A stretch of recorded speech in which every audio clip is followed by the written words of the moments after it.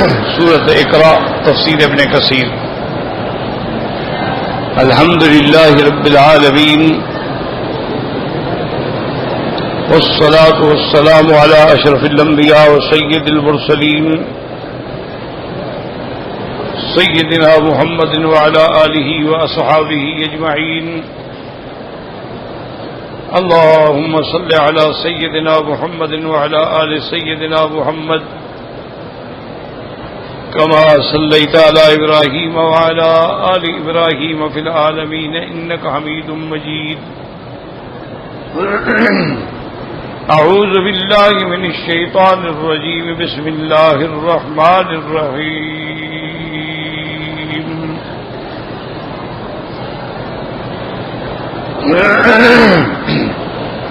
اقرأ باسم ربك الذي خلق، خلق الإنسان من علق، اقرأ وربك الأكرم الذي علم بالقلم علم الإنسان ما لم يعلم۔ اللہ تبارک و تعالی نے کلام مقدس کی ان آیات میں حضور صلی اللہ علیہ وسلم کو خطاب فرمایا، اور یہ پہلا خطاب الہی ہے۔ سب سے اول وحی، جیسے کہ بعض احادیث مبارک میں یہ ملتا ہے کہ حضور صلی اللہ علیہ وسلم نے فرمایا کہ اللہ تبارک و تعالیٰ کے ہاں میں خاتم النبیین تھا اور ابھی آدم علیہ السلام پیدا بھی نہیں ہوئے تھے، اور اسی طرح روایات میں یہ بھی آتا ہے کہ انا اولہم خلقا، سب سے پہلے اللہ نے مجھے پیدا کیا، وآخرہم بعثا، اور سب سے آخر میں مجھے اللہ نے بھیجا۔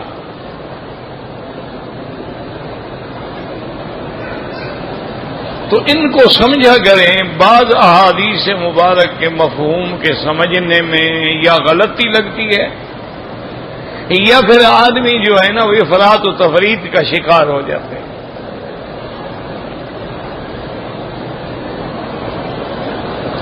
اب اس روایت میں جو آ گیا کہ میں سب سے پہلے ہوں پیدا ہونے کے اعتبار سے، اور اسی طرح بعض روایات میں یہ بھی آتا ہے کہ وَإِنِّي لَعِندَ اللَّهِ لَخَاتَمُ النَّبِيِّينَ، اور ابھی آدم علیہ السلام کی تخلیق بھی نہیں ہوئی تھی، اور بعض الفاظ میں ہے کہ آدم بین الماء والطین۔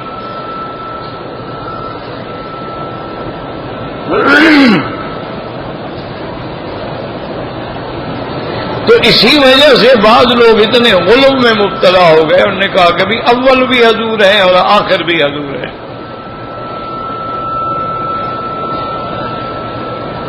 اور اگر یہ بات رکھی جائے تو پھر تو نعوذ باللہ ثم نعوذ باللہ یعنی کفر آ جاتا ہے، کیونکہ یہ شان تو اللہ کی ہے، هو الاول والآخر۔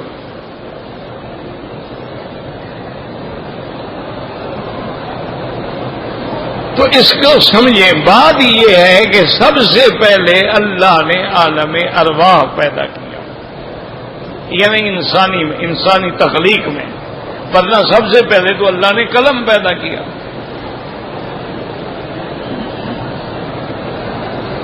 سب سے پہلے، اور پھر قلم سے بھی پہلے یعنی اللہ نے پانی پیدا کیا۔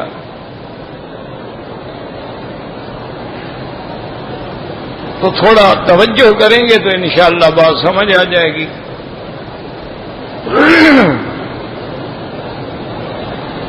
اور اگر خیالات منتشر ہوں تو پھر بات سمجھ نہیں آتی۔ اسی کو علماء بھی اور اولیاء بھی کہتے ہیں کہ ارتکاز، کہ ہر کام پہ اپنی توجہ کو کامل کر لو۔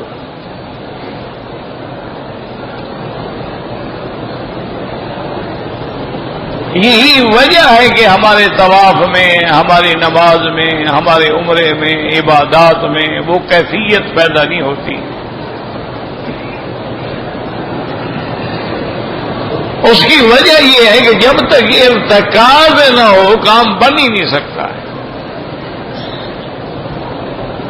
اس کی مثال یوں سمجھ لیں کہ مثلا ایک عورت ہے، روٹی پکا رہی ہے، اگر توجہ کامل نہ ہو تو یا روٹی جل جائے گی یا ہاتھ جل جائے گا۔ روٹی کو زیادہ دیر گزر گئی جل جائے گی، تھوڑی دیر لگی کچی رہ جائے گی۔ اگر اس نے روٹی ڈالنی ہے اور توجہ ادھر ہے تو ہو سکتا ہے اس کا ہاتھ جو ہے وہ بھی توے پہ لگ جائے۔ آپ چائے ڈالتے ہیں پیالی میں، اگر توجہ نہ ہو یا چائے ادھر گرے گی یا ادھر گرے گی، یا کبھی پیالی بھر جائے گی تو چائے باہر نکل جائے گی۔ تو جب بغیر توجہ کامل کے یہ روٹی نہیں پک سکتی تو تمہاری نماز کیسے نماز بن سکتی ہے؟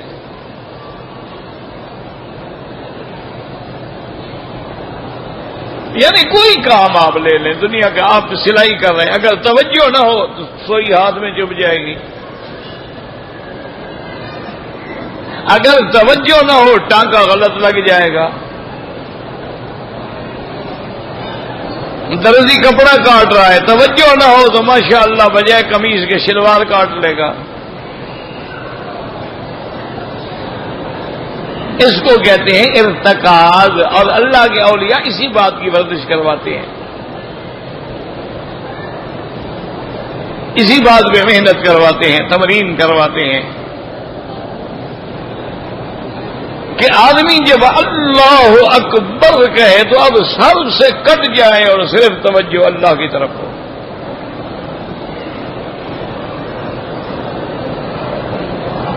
اسی لیے میرے مدنی پاک نے رحمت دو جہاں صلی اللہ علیہ وسلم نے فرمایا کہ جب تم نماز میں کھڑے ہوتے ہو تو ایسے کھڑے ہو کہ انک تراہ ہو، گویا خدا کو دیکھ رہے ہو۔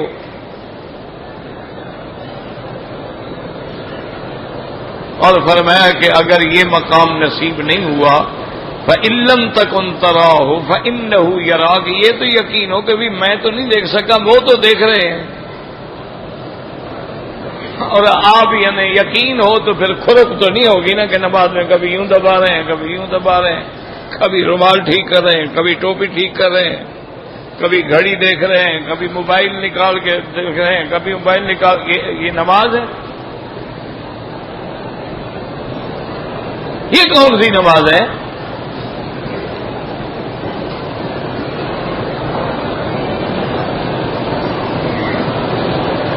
تو معنی یہ ہے کہ اتنا کامل توجہ ہو۔ اب اس کو چھوٹی سی مثال سمجھ لیں کہ اگر آپ بادشاہ کے سامنے کھڑے ہوں تو کبھی حرکت کریں گے، کبھی یہاں کھو جائیں گے، کبھی یہاں کھو جائیں گے،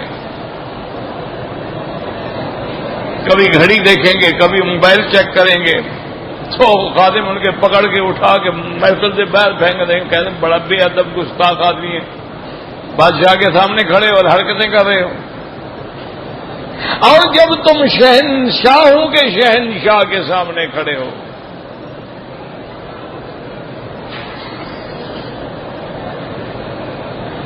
اصل بات بس یہی سمجھو، یہی سمجھ آ جائے نہ سمجھو، عمرہ بھی منظور ہو گیا، عبادت بھی منظور ہو گئی، کام بن گیا۔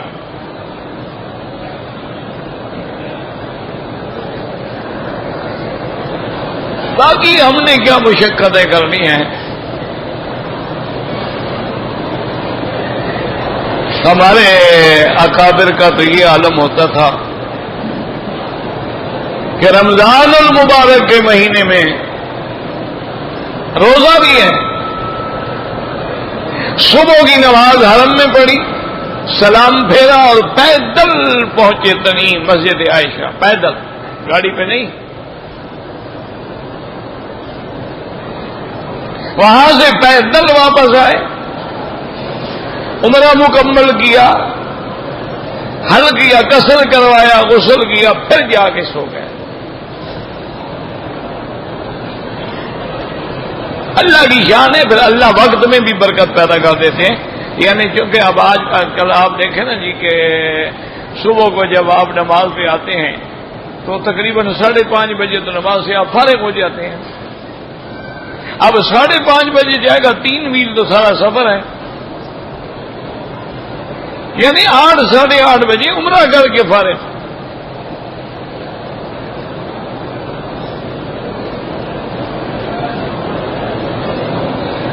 اللہ پھر وقت میں برکت ڈال دیتے تھے.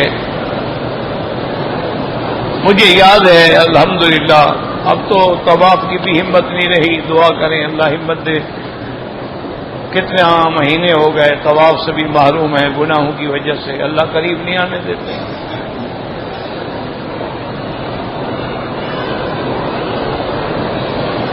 تو میں بھی جاتا تھا لیکن میں پیدل نہیں جاتا تھا، میں گاڑی پہ جاتا تھا. میں موٹر خود چلاتا تھا، خود جاتا. کبھی بیوی بھی ساتھ ہوتی تھی، کبھی بہن بھی ساتھ ہوتی تھی، کبھی اکیلا، اکثر اکیلا ہوتا. ایک مجذوب تھے، کافی عرصہ میں ان کو مکے میں دیکھتا، ہمیشہ احرام میں رہتے تھے.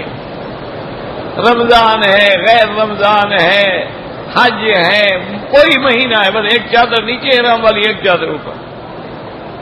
اللہ کی شان ہے، وہ بدلتے بھی نہیں تھے، دھوتے بھی نہیں تھے جب تک میل کچھ ایسے سے بھر جاتی تھی. پھر اللہ تبارک و تعالیٰ ان کے پاس کسی آدمی کو مسخر کیا ہوا تھا، وہ آگے 2 چادریں دے جاتا، وہ وہی بدل لیتے پھر اسی طرح.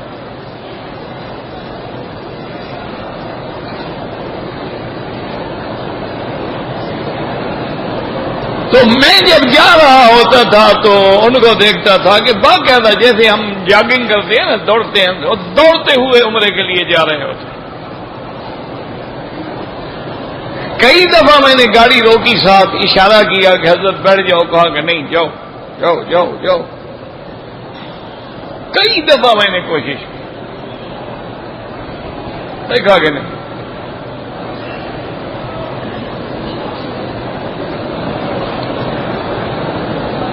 اور روز کا عمرہ. عجیب آدمی تھا، سارا دن زبان پہ قرآن پاک تھا. میرے ایک ساتھی تھے، عالم تھے، مولوی تھے، نیک آدمی تھے، فوت ہو گیا، اللہ قبر پہ مغفرت فرمائے. حافظ خیر محمد صاحب ان کا نام تھا. وہ میرے ساتھ دھرم سے نکلے، وہ باب العمرہ کے باہر بس بیٹھے رہتے تھے ایسے ٹیک لگا کے، اور قرآن شریف پڑھ رہا.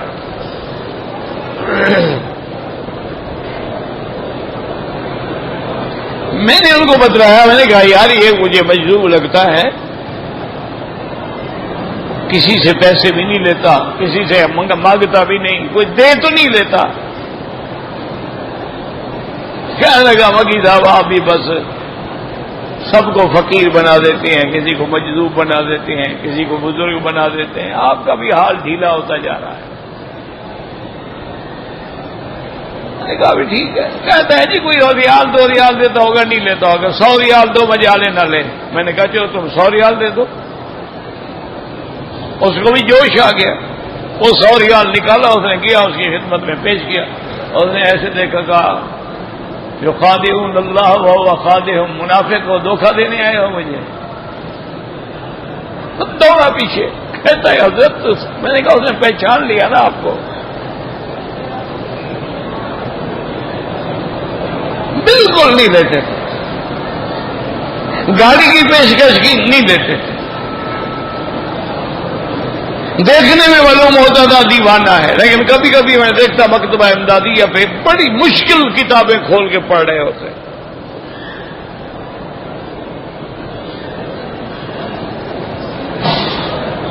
اور یاد رکھو یہ ہمارے ہاں جو رواج ہے نا، جو کپڑے اتار کے بیٹھ جائے ہم سمجھتے ہیں مجذوب ہے، یہ بے وقوفی والی بات ہے.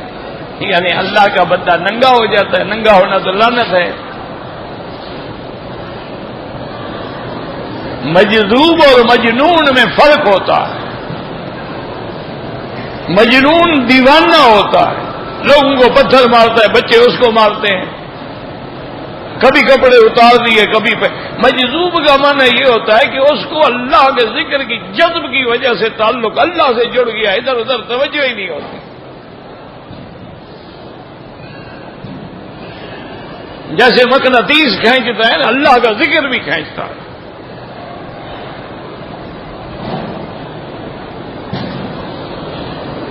تو سب سے پہلے ایک میرا مسئلہ یاد رکھنا، ابھی رمضان شریف آ رہا ہے، دعا کرو اللہ نصیب فرمائے، اللہ عالم اسلام کے لیے باعث عزت، باعث رحمت، باعث برکت بنائے اور عالم اسلام سے اپنے عذاب رفع فرمائے.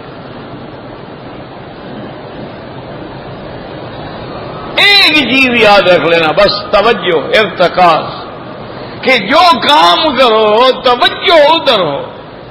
اچھا ایک ہے کہ شیطان ہٹانے کی کوشش کرے گا، وسوسے ڈالے گا، لیکن تم اپنی طرف سے وسوسہ نہ آنے دو. شیطان تو ڈالے گا، اس کو کہا وہ یاد کرو، وہ یاد کرو، وہ یاد کرو، وہ یاد کرو، وہ تو اس کا کام یہی ہے. تمہاری طرف سے اور اس کا ابتدائی سبق یہ ہے کہ الفاظ پہ توجہ کرو. اللہ اکبر، سبحانک اللہم وبحمدک وتبارک اسمک وتعالی جدک ولا الہ غیرک. ایک ایک لفظ پہ غور کرو. اسی لیے صحابہ کہتے ہیں نا کہ حضور جب قرآن پڑھتے تھے ایک ایک آیت پڑھتے تھے. الحمدللہ رب العالمین الرحمن الرحیم، ایک ایک آیت. تو اب آپ نے جب نماز پڑھی ہے تو ہر لفظ پہ غور کریں کہ میری زبان سے کیا نکل رہا ہے، میں کیا پڑھ رہا ہوں.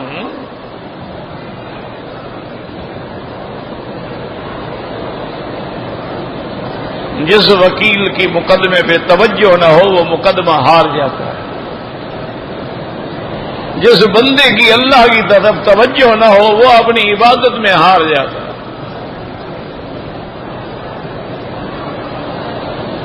100 رکعت کے بجائے 2 رکعت نماز پڑھو، لیکن توجہ کے ساتھ پڑھو. 10 طواف نہ کرو کہ بھاگ رہے ہو اور ٹکرے مار رہے ہو اور عورت کو ہاتھ لگ رہا ہے اور اس کو ہاتھ لگ رہا ہے اور اندر سے چھلاکے لگا رہا ہے جیسے دریا سے اس نے کوئی غوطہ لگا کے نکل رہا ہو اور دھکے دے کے بوسا دے رہا ہے اور طواف کرتے کرتے لائن میں کھڑا ہو گیا. جب سینہ پھر گیا تو طواف بھی ختم ہو گیا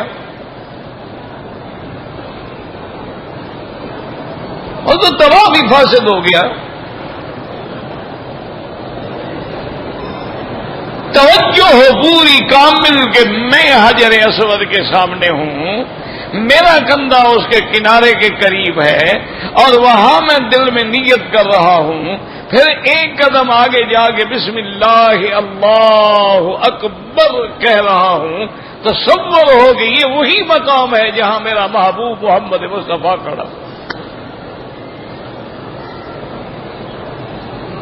ایمان سے کہیں جب دل میں یہ خیال ہو پھر توجہ ادھر ادھر ہوگی. اب چل رہے ہیں تو زبان پہ وہی لفظ ہو جو حضور نے پڑھائے تھے، سبحان اللہ والحمد للہ لا الہ الا اللہ اللہ اکبر وللہ الحمد. اس کے علاوہ درود شریف یاد ہے پڑھو، کلمہ شریف یاد ہے پڑھو، آیت کریمہ یاد ہے پڑھو. کوئی خاص دعا پڑھنے کی ضرورت نہیں ہے. اور ایسے چلو کہ نظر جو ہے وہ نیچے ہو. اسی کو بزرگ کہتے ہیں نظر بر قدم، کہ اپنی نظروں کو اپنے پاؤں پہ رکھو. اور خلوت در انجمن، کہ لوگوں میں بیٹھے ہو لیکن دل کا تعلق اللہ سے جڑا ہوا.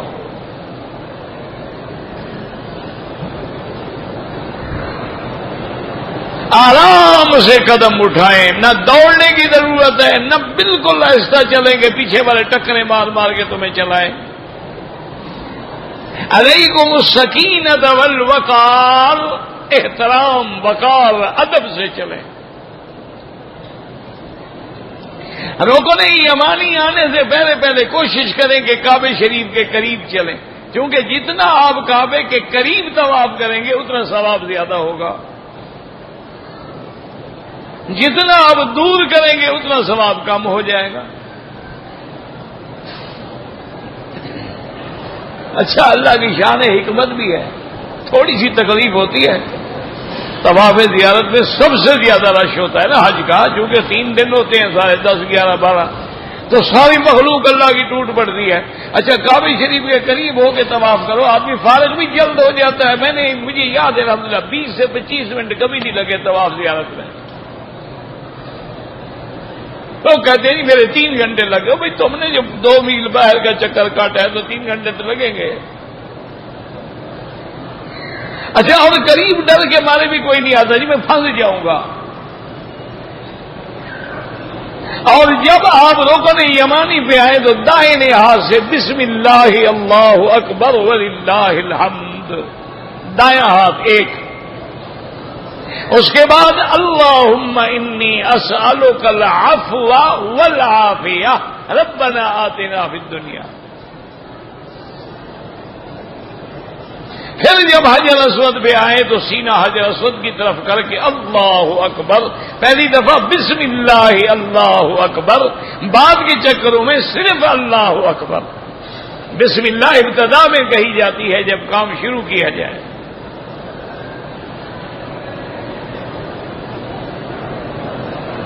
ایک طواف کر کے دیکھیں، پھر تمہیں پتا حضرت قاری فتح صاحب رحمت اللہ علیہ جو استاد القراء تھے، نابینا تھے،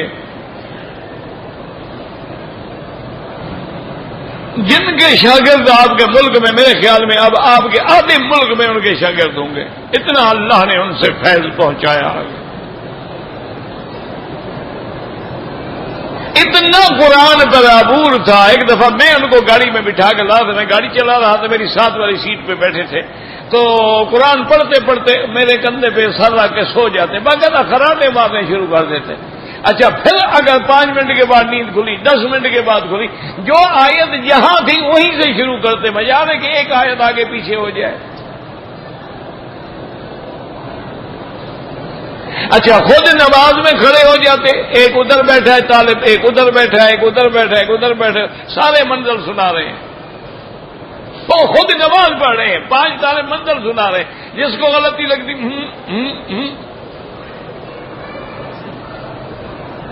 مجال ہے کہ 5 کو غلطی کرنے میں۔ تم تو آئے ہو نا تماشا دیکھنے کے لیے۔ ایک دفعہ میرے درس کے بعد جیسے یہ ستون ہے نا، اتنی دور کھڑے ہو کے نفل پڑھ رہے تھے، میرے دل میں شیطان نے وسوسہ ڈالا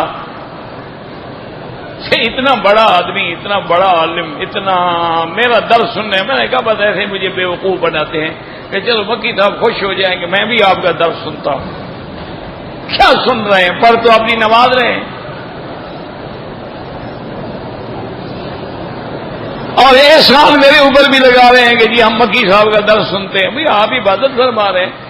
اچھا، صبح طواف کرتے تھے تو میں درس ختم کر کے کبھی کبھی حضرت کے ساتھ بھی طواف کرتا تھا، 1 چکر یا 2 چکر، اس کے بعد میری طاقت نہیں حضرت کے ساتھ چلنے کی، تو کندھے پہ ہاتھ رکھ لیتے تھے، کندھے پہ ہاتھ رکھا، فرمایا کہ حضرت رات آپ فلاں حدیث مبارک جو پڑھا رہے تھے اس کا ترجمہ تو آپ نے غلط کیا تھا۔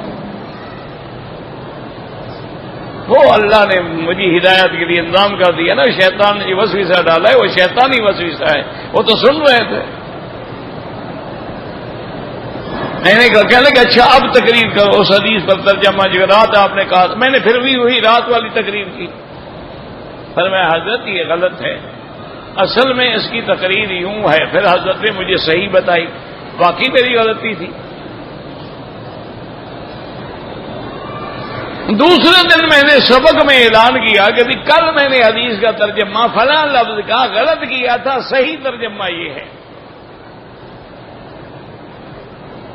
حضرت کو کسی نے جا کے بتایا کہ جی آج تو مکی صاحب درس میں اعلان کر رہے تھے کہ میں نے کل غلط پڑھایا تھا۔ کہ اچھا کہہ رہے تھے؟ انہوں نے کہا کون سا لفظ تھا؟ انہوں نے کہا جی یہ لفظ تھا۔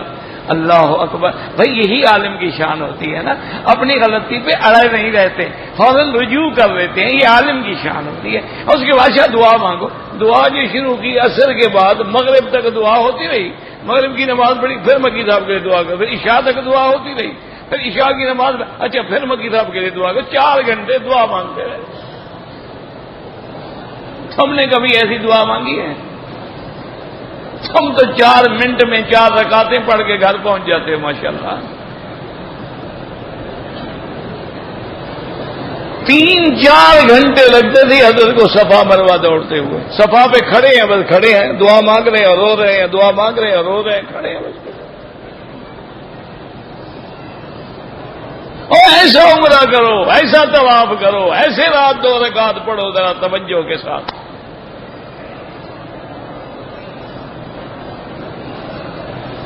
جب تک اللہ تبارک و تعالیٰ کی توجہ نہیں کرو گے, اور یاد رکھو پھر وہ تو بادشاہ ہے, اس کو کیا ضرورت ہے؟ ضرورت تو ہمیں ہے نا, اور ہم اس کے بعد بھی توجہ نہ کریں تو اس کو کیا ضرورت ہے؟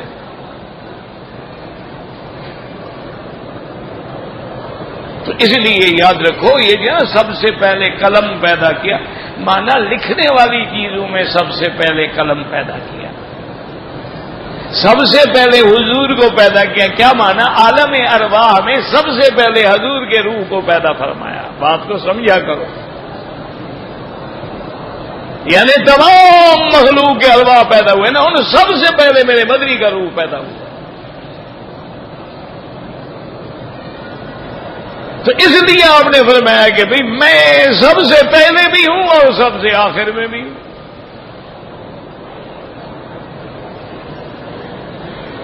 ورنہ تو پانی تھا, یاد رکھو, زمین نہیں تھی, کچھ نہیں تھا, پانی تھا, سب پانی تھا. اور اللہ کا عرش مبارک جو تھا وہ پانی کے اوپر تھا. تو اس کا مطلب ہے کہ پانی تو پہلے تھا. پھر اللہ تبارک و تعالیٰ کے حکم سے اس پانی کے اندر جو ہے ابال پیدا ہوا. وہ پانی پکتا گیا, گھٹتا گیا, گھٹتا گیا, گھٹتا گیا, اور وہ پانی ایسے جیسے کیچڑ ہوتی ہے نا, گاڑھا ہوتا گیا, گاڑھا ہوتا گیا. اس کو چھوڑ کے ثم استوى الى السماء, اب اللہ آسمانوں کی طرف متوجہ.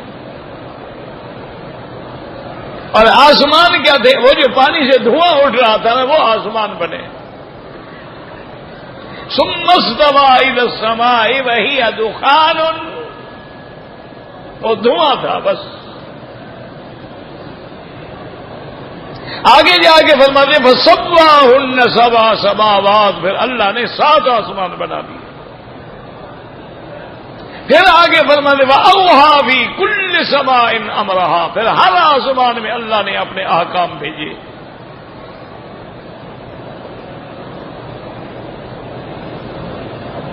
اور لکھنے والی, علم والی چیزوں میں سب سے پہلے اول ما خلق اللہ القلم, اللہ نے قلم پیدا فرمایا. اور اس قلم کو اللہ نے حکم دیا کہ اکتب, لکھو. ما کانا, جو آج تک ہو چکا ہے وہ بھی لکھو. وما یکون, اور آگے جو ہوگا وہ بھی لکھو.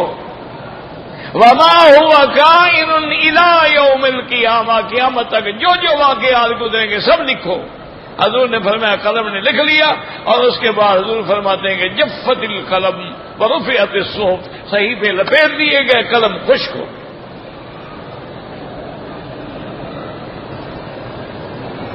اب ہم پہلے پڑھتے تھے نا, بچے تھے, جاہل تھے, جاہل تو خیر اب بھی ہیں, اس وقت زیادہ جاہل.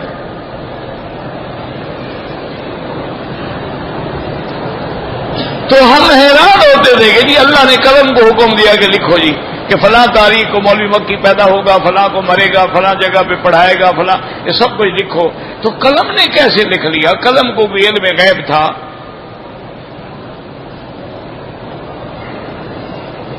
اور قلم کیسے لکھ لیا؟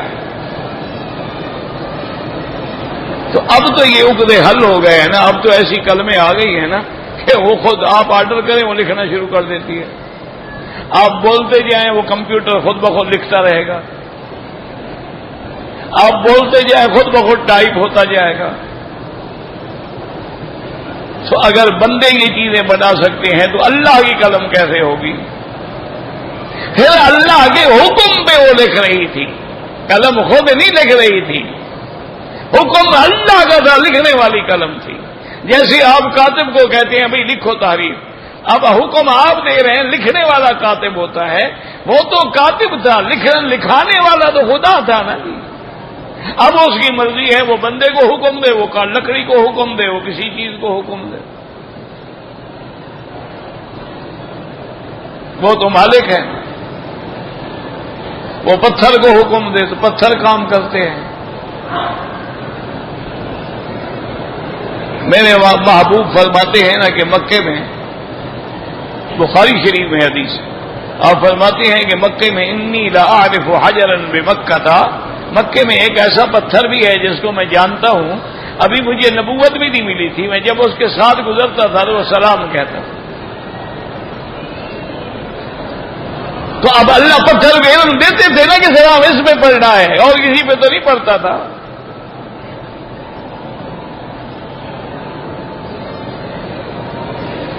اور ہمارے لوگوں نے بھی ماشاءاللہ انہوں نے بھی حدیث خوب سمجھی، وہ کہتے ہیں جی پتھر سلام پڑھتا تھا، وہاں بھی روکتا ہے نہ پڑھو۔ لوگوں نے بھی کہا سبحان اللہ سبحان اللہ، حضرت نے ماشاءاللہ کیسا نکتہ بیان کیا، وہ پتھر سلام پڑھتا تھا حضور پہ، اور یار تنے والی لکڑی حضور پہ سلام پڑتی تھی، یہ وہاں بھی کہتا ہے نہ پڑھو۔ کتنا بڑا جھوٹ ہے۔ وہاں بھی جب نماز پڑھتے ہیں تو السلام علیکم ایھا النبی پڑھتے ہیں کہ نہیں پڑھتے؟ تو بس کیسے منع کرتے ہیں کہ نہ پڑھو؟ نہیں سمجھ آئی بات؟ بھائی روز جو نماز پڑھتے ہو، وہاں بھی ہو یا گلابی ہو، حلوائی ہو یا فدائی ہو، سب نماز میں تو پڑھتے ہو نا السلام علیکم، تو پھر یہ کون کہتا ہے کہ جی وہاں بھی روکتے ہیں؟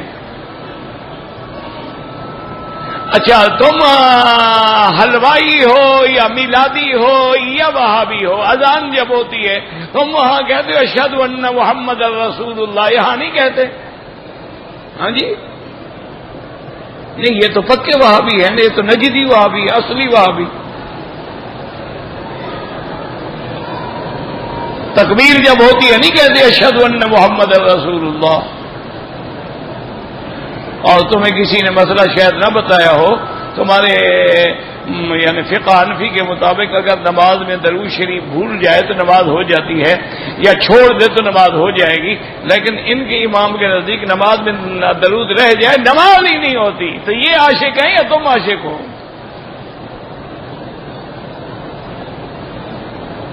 اور وہ جو ہے پتھر سلام پڑھتا تھا جب حضور گزرتے تھے، اگر حضور ہمارے سامنے گزرے تو ہم سلام نہیں پڑھیں گے؟ کوئی عقل کی بات بھی تو کیا کرو نا، لوگوں کو دھوکے تو نہ دیا کرو نا۔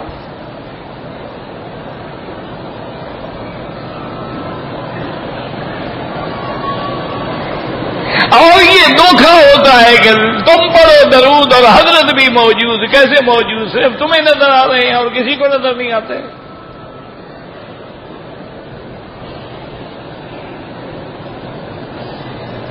اور اگر حضرت بھی موجود ہے ماشاءاللہ، ختم کی دیگ حلوے شریف کی پلیٹ تو اپنے آگے رکھ کے بیٹھے ہو، کم از کم حضور کو تو پیش کرو۔ اور حضرت بھی موجود، مصلی پہ تم کھڑے ہو نماز پڑھا رہے ہو، اگر نبی موجود ہو کوئی اور مصلی پہ کھڑا ہو سکتا ہے؟ ہاں نبی خود کھڑا کرے الگ بات، جیسے حضرت ابو بکر کو کھڑا کیا۔ تو اس لیے بس ایک ہی مسئلہ آج یاد رکھ لو کہ سب سے پہلی چیز کیا ہے؟ توجہ، کہ اللہ کی طرف دل جڑ جائے بس۔ اس لیے اللہ تعالیٰ نے پہلا سبق ہی یہ دیا، اقرا بسم ربک، اپنے رب کے نام سے شروع کرو، پڑھو میرا مدنی صلی اللہ علیہ وسلم۔ اور یہ پہلا خطاب ہے، اس سے پہلے کبھی اللہ نے خطاب نہیں فرمایا، یاد رکھو یہ خطاب اول خطاب۔ اور پیار لفظ بھی دیکھو، حضور کی شان بھی دیکھو، اللہ نے یہ نہیں فرمایا کہ پڑھو جو رب ہے آسمانوں اور زمینوں کا، جو رب ہے ساری کائنات کا، جو رب ہے فرشتوں کا، جو رب ہے تمام مخلوقات کا. فرمایا نہ اقرا بسم ربک، آپ پڑھیں جو تیرا رب ہے اس کے نام سے پڑھیں. تیرا رب محمد مصطفیٰ ربک خطاب ہے حضور، ورنہ حضور اللہ تو رب السماوات والارض بھی تو ہے نا. آسمانوں اور زمینوں کا رب کون ہے؟ اللہ ہے. لیکن یہاں خاص خطاب ہے اقرا بسم ربک، میرا مدنی پڑھو اپنے رب کا نام لے کے پڑھو. بعض علماء نے فرمایا مانا یہ تھا کہ اللہ کا نام لے کے تلاوت کرو، بسم اللہ الرحمن الرحیم، چونکہ رب صفت ہے اور اللہ اس میں ذات ہے. اور ہر تلاوت سے پہلے جو ہے یاد رکھو، جیسے اللہ نے خود بھی فرمایا قرأت القرآن فاستعذ باللہ من الشیطان الرجیم.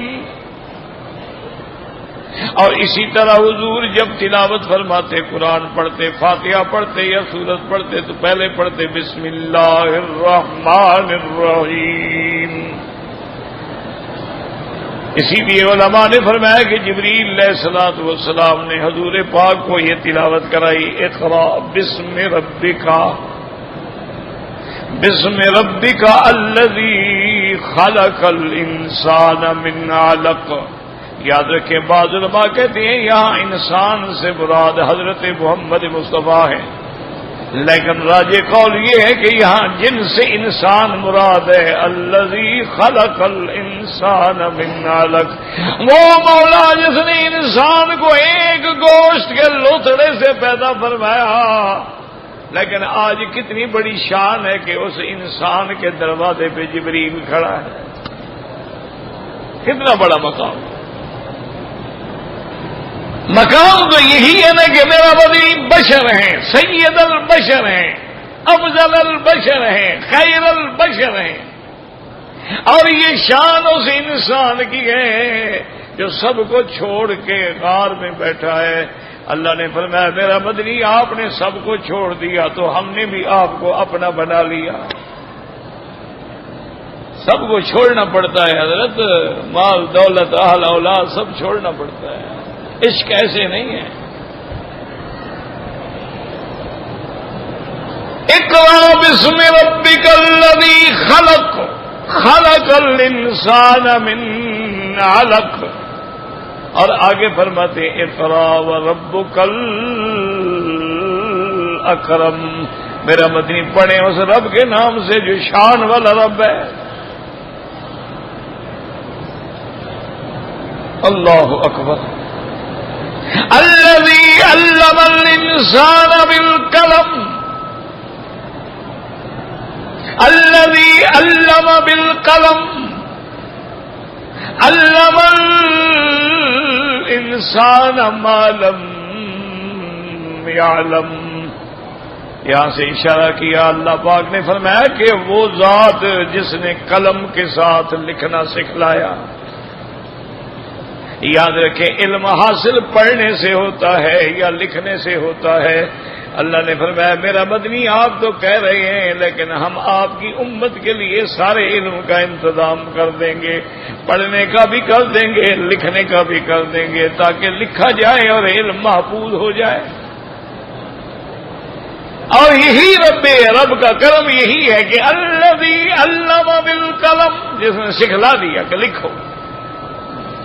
اور میرا اللہ کیا سکھلا میں علم الانسان ما لم یعلم، اللہ نے انسان کو سکھلایا جو انسان نہیں جانتا. ماں کے پیٹ سے نکلتا ہے، اب چلنے کی طاقت نہیں، پکڑنے کی طاقت نہیں، اللہ نے رونا سکھلا دیا. اللہ نے فرمایا تیرا کام رونا ہے، بس بچہ پیدا ہوا فرمایا بس تم رونا سیکھو، رونا شروع کرو، تم رونا شروع کرو سارے گھر والے تیری نوکری پہ آ جائیں گے. او پتہ کرو بچہ رو رہا ہے، او پتہ کرو بچہ رو رہا ہے، او پتہ کرو ماں کہاں مر گئی ہے، بچہ رو رہا ہے. اسی سے اولیاء اللہ نے فرمایا ہے کہ جب رونا آیا تو سارا گھر نوکر بن گیا. تم اللہ کے آگے رونا سیکھ لو تو ساری مخلوق تیری نوکر بن جائے گی. تم بھی رونے والے بنو نا. اسی لیے ایسے بزرگ بھی گزرے ہیں جیسے حضرت یحییٰ البکا، بس بات ہر وقت روتے رہتے.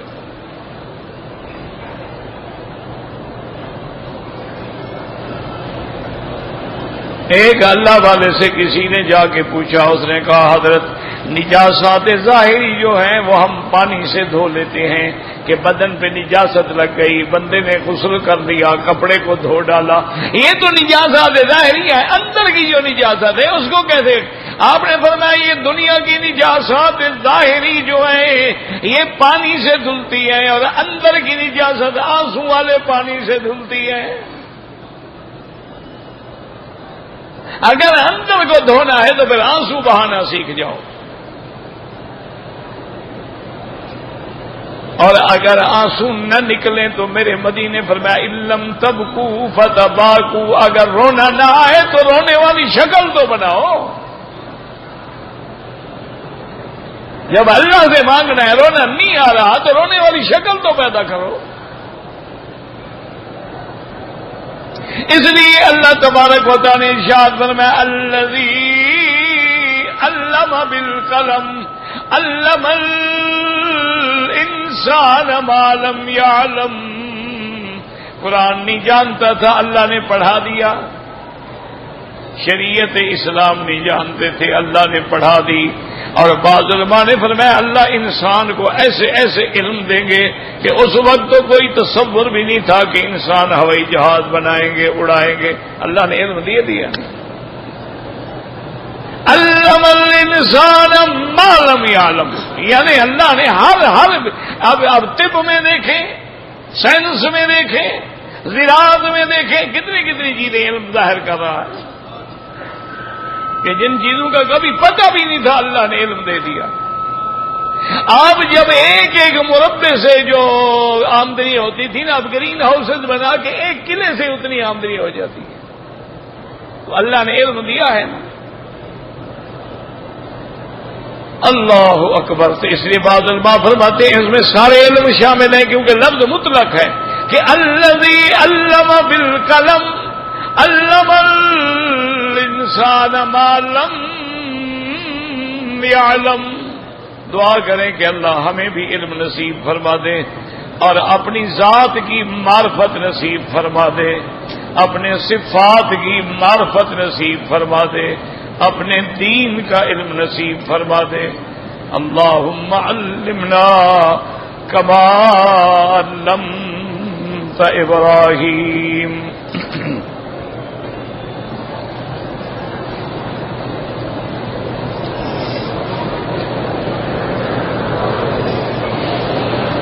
میرا بھائی گزارش یہ ہے کہ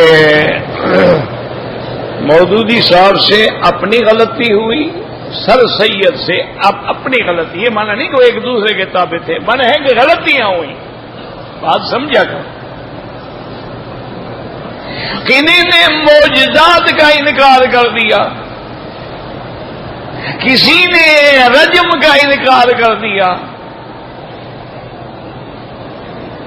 اور بعض لوگوں نے حضور صلی اللہ علیہ وسلم کی حیات کا انکار کر دیا، کسی نے صحابہ کی صداقت کا انکار کر دیا. تو ہر آدمی سے الگ الگ غلطی. کسی نے ختم نبوت کا یہ مانا نہیں کہ سارے ایک دوسرے کے تابع تھے، ویسے وہ ایک دوسرے کی تفسیریں بھی انہوں نے پڑھی ہیں، یہ بھی تاریخ اٹھا کے دیکھ لو. نور الدین نے لکھا ہے باقاعدہ. تو بہرحال ایمانہ میرا مقصد یہ تھا کہ اگر وہ اپنے اساتذہ سے جڑے رہتے تو غلطیاں نہ ہوتی، غلطی ہوتی استاد اصلاح کر دیتے. غلطی تو ہر بندے سے ہوتی ہے نا، اللہ ان کی غلطیاں بھی معاف فرمائے، اللہ ان کی قبروں پہ رحمت فرمائے. لیکن مصیبت یہی تھی کہ وہ اپنی اسٹڈی کو، اپنے مطالعے کو سب سے بڑا علم سمجھتے تھے کہ ہمارا اتنا جنرل نالج ہے، ہم نے اتنی کتابیں پڑھی، ہمیں کیا ضرورت ہے کسی استاد سے پوچھنے کی. تو اس لیے وہ ٹھوکر کھا گئے. بل رفعہ اللہ الیہ کہ اللہ نے حضرت عیسیٰ علیہ السلام کو آسمانوں پہ زندہ اٹھا لیا. ٹھوکر لگ گئی. انہوں نے کہا معنی یہ ہے کہ اللہ نے آپ کا شان بلند کر دیا. انہوں نے کہا دیکھو جی کہ رفع اللہ کو یہ نہیں ہے کہ اللہ نے آپ کو اٹھا لیا ہے اور آسمان پہ بیٹھے ہیں تو کیا کھاتے ہیں کیا پیتے ہیں اور ضروریات انسانی کیسی پوری کرتے ہیں. تو یہ ساری انہوں نے کہا معنی یہ ہے کہ اللہ نے آپ کے ذکر کو اونچا کر دیا جیسے اللہ نے اپنے نبی کے شان کو اور ذکر کو اونچا کر دیا. ورفعنا لک ذکرک. تو یہ ٹھوکر لگ گئی. وہ یہ نہ سمجھ سکے کہ رفع کا صلہ الہ ہو حقیقی رفع ہوتی ہے اور رفع کا صلہ لام ہو تو وہاں شان کی رفع ہوتی ہے. بس اگر استاد ہوتا تو ٹھوکر نہ کھاتے کہ بھئی وہاں ہے ورفعنا لک ذکرک. وہاں رفع کا صلہ لام ہے. یہاں رفع کا صلہ الیہ بل رفعہ اللہ الیہ. اس لیے ٹھوکر کھا گئے. اسی طرح مشرقی ٹھوکر کھا کے انہوں نے کہا بھی نماز کیا ہے. انہوں نے کہا ایکسرسائز ہے. اس زمانے میں انڈور ایکسرسائز نہیں ہوتی تھی تو نماز. اب آؤ ایکسرسائزیں آ گئی ہیں تو کوئی بات نہیں. بہت سارے لوگ ٹھوکر کھا گئے کہ جی فٹ بال کا میچ ہو رہا ہو پھر بھی آپ 2 نمازیں اکٹھی پڑھ کے میچ دیکھنے چلے جائیں. اب کوئی بات ہے. اس لیے ہمیشہ اصول یاد رکھو کہ مربع مربی کے بغیر نہیں بنتا. زیور سنار کے بغیر نہیں بنتا. اسی طرح علم علماء کے بغیر. اسی لیے رسول نے فرمایا کہ العلماء ورثۃ الانبیاء. انبیاء کے وارث علماء ہیں تو جائیداد تھوڑی لیں گے مانا علم کے وارث ہوتے ہیں. تو جب علماء سے رابطہ ہوگا تو وہ نبی والا علم مل جائے گا. جب ان سے کٹ جاؤ گے تو پھر اپنے عقل والا علم ملے گا. بہرحال غلطیاں بڑے لوگوں سے ہوتی ہیں. اللہ پاک سب کی غلطیاں معاف فرمائے. اللہ عالم انہوں نے جان کے غلطیاں کی ہیں یا واقعتاً غلطیاں لگ گئی ہیں. اللہ معاف فرمائے. کیونکہ آدمی وہی ڈوبتا ہے نا جو تیرتا ہے. جو سمندر میں ہی نہ آئے تو کیسے ڈوبے گا؟ ڈوبے گا تو تب نے جب دریا میں داخل ہوگا. وہ بیچارے داخل تو ہوئے.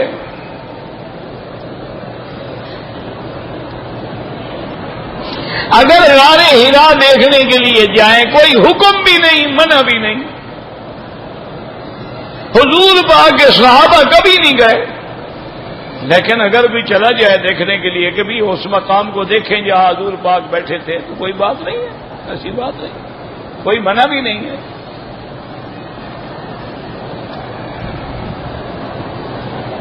کہتے جی قرآن و حدیث کی روح سے حکومت کا سربراہ کیسے چنا جائے؟ جیسے حضرت ابو بکر کو چنا گیا. امرہم شورا بینہم مشورہ کر کے. اور مشورہ ان سے کیا جائے جو مشورے کا اہل ہو. ارباب حل و عقد. ہر کسی کا مشورہ نہیں. جیسے تمہارے یہاں ہر کسی کا ووٹ ہے. عالم کا ووٹ بھی برابر جاہل کا ووٹ بھی برابر. افسر کا ووٹ بھی برابر کنجر کا ووٹ بھی برابر. تمہارے ہاں گنے جاتے ہیں اللہ کے ہاں تولے جاتے ہیں. بس یہی فرق ہے. تم بندے گنتے ہو وہاں وزن ہوتا ہے کہ عمل کتنا بھاری ہے.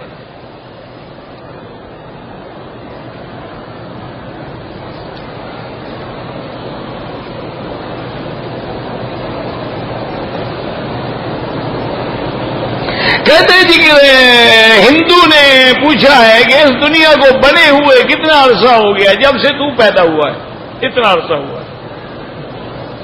تیری عمر 60 سال ہے. دنیا کو 60 سال ہوا ہے. تمہیں باقی سے کیا؟ جب ہم ہیں ہی نہیں تو ہمیں کیا پتا؟ ڈائری ہم نے نہیں لکھی ہے. ہندو کا کام ہے دمڑی دمڑی لکھنا. تو تم اپنی کتابوں میں ڈھونڈ کے بتا دو. اللہ کے بندے اللہ عالم. جب قرآن نے نہیں بتایا حدیث نے نہیں بتایا تو ہم کہاں سے گھڑ کے لے آئیں؟ اور بات کہتی ہیں علماء کے 6000 سال. لیکن اللہ عالم.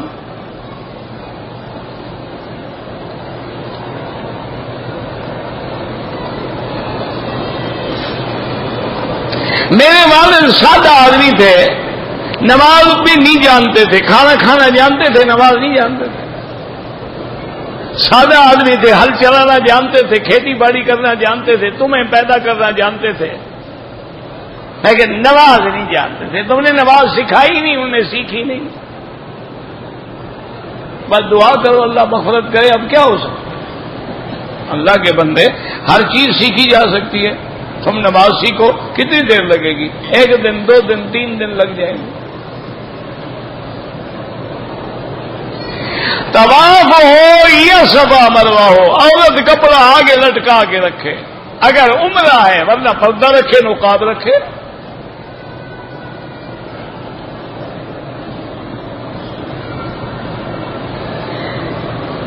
بہرحال اپنے والدین کے لیے عمرہ تو والد کے لیے الگ اور والدہ کے لیے الگ. ایک عمرے میں دونوں کا رگڑا نہ نکالو. انہوں نے بھی تمہاری الگ الگ خدمت کی ہے. جو کام باپ نے کیا تمہاری ماں نہیں کر سکتی، اور جو ماں نے کیا وہ باپ نہیں کر سکتا. تمہیں دودھ ماں نے پلایا ہے، کبھی باپ نے بھی پلایا ہے. پیٹ میں ماں نے اٹھایا ہے، کبھی پیٹ میں باپ نے بھی ایک آدھا مہینہ اسے کہا کہ چلو 9 مہینے ہیں، 6 مہینے تم اٹھا لو، 3 مہینے مجھے میرے پیٹ میں دے دو. دونوں کے کام بھی الگ ہیں. اللہ نے بھی الگ. وصینا الانسان بوالدیہ احسانا.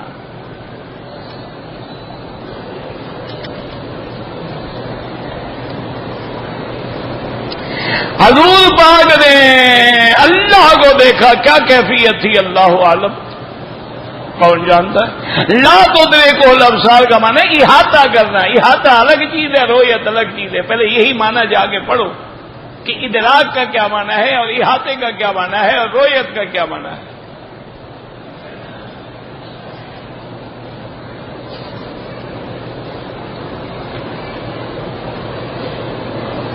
اگر حج کے مہینوں میں عمرہ کرو گے پھر حج تمتع ہوگا، افراد نہیں ہوگا. اور مکے والوں کو ویسے بھی چاہیے کہ حج کے مہینوں میں عمرہ نہ کریں. اللہ سب کی پریشانیاں دور فرمائیں. اگر ایک آدمی نے حلق سے پہلے احرام کھول دیا لیکن حلق کرایا کہ نہیں کرایا؟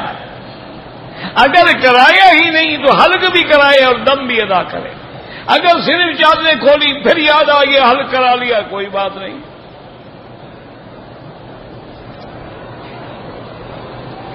اگر اسلامی بینک سے ہم گاڑی لیں بالکل جائز ہے.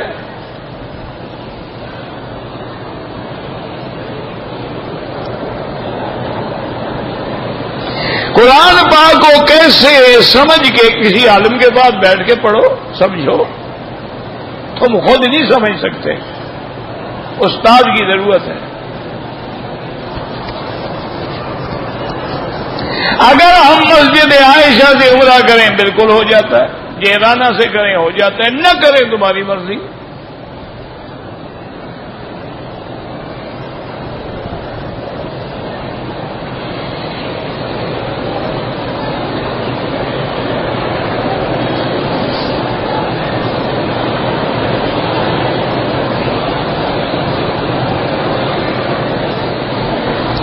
بہرحال اگر اس نے کاغذ پہ لکھا ہے، چاہے بہانہ بنا کے بھی لکھا ہے، طلاق ہو جاتی ہے.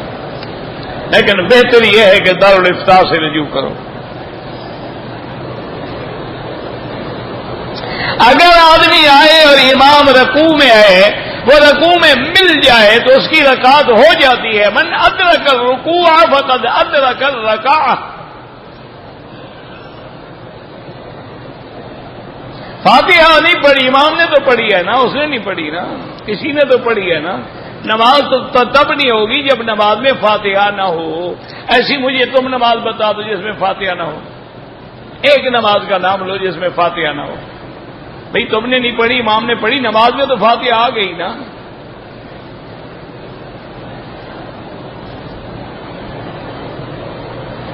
طواف اگر والدین کے لیے ہے یا کسی نے وصیت کی ہے اور معذور ہے، ورنہ اپنے لیے کرو، ان کے لیے دعا کرو.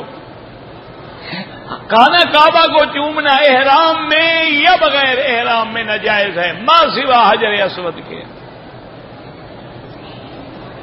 زمزم کے پانی سے اگر وضو کیا جائے جائز ہے، کوئی منع نہیں، پانی ہے.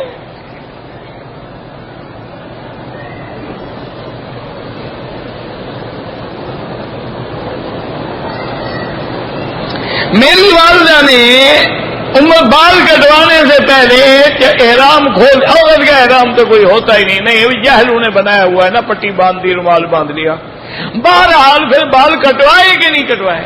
اگر کٹوائے تو کوئی دم نہیں کٹائے تو ایک بکری لے کے غریبوں کو تقسیم کر دو ذبح کر کے۔ اگر ایک آدمی 3 عمرے کا 3 دفعہ سر پہ اسرا پھروانا پڑے گا، بال ہوں یا نہ ہوں، ہر عمرے کے لیے نیت بالکل الگ ہوگی، میقات پہ جانا پڑے گا، یہ تھوڑا کہ یہاں کھڑے کھڑے 3 عمرے ہو جائیں۔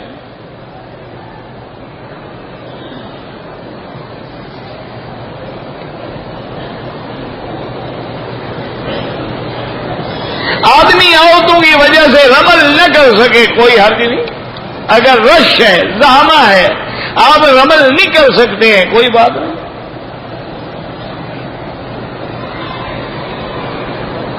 اگر ہم نے 15 دن مکے میں ٹھہرنا ہے، جماعت کے علاوہ جو نماز پڑھیں گے قصر پڑھیں گے، 4 رکعت ہوں گی 2 رکعت پڑھیں گے۔ 15 دن کی نیت ہے، مقیم ہو گیا، پھر پوری پڑھیں گے۔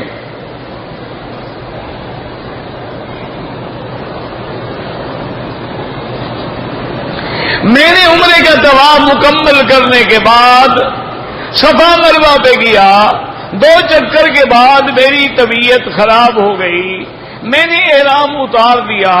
اگلے دن میں نے مکے میں ہی گھر سے احرام باندھ کے عمرہ کر لیا، کچھ نہیں ہوا، ایک دم بھی ادا کرو، عمرہ دوبارہ بھی کہاں سے جا کے کرو۔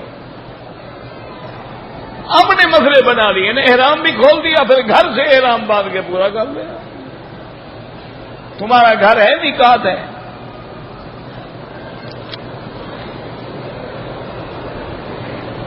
اگر کوئی آدمی اپنے ہوٹل میں غسل کر کے 2 چادریں باندھ لے، پھر مسجد عائشہ جا کے نیت کرائے، ٹھیک ہے، کوئی بات نہیں۔ چادریں باندھنے کا نام تو احرام نہیں ہے، احرام نیت کرنے کے بعد ہوتا ہے، نیت تو وہاں جا کے کرو گے نا۔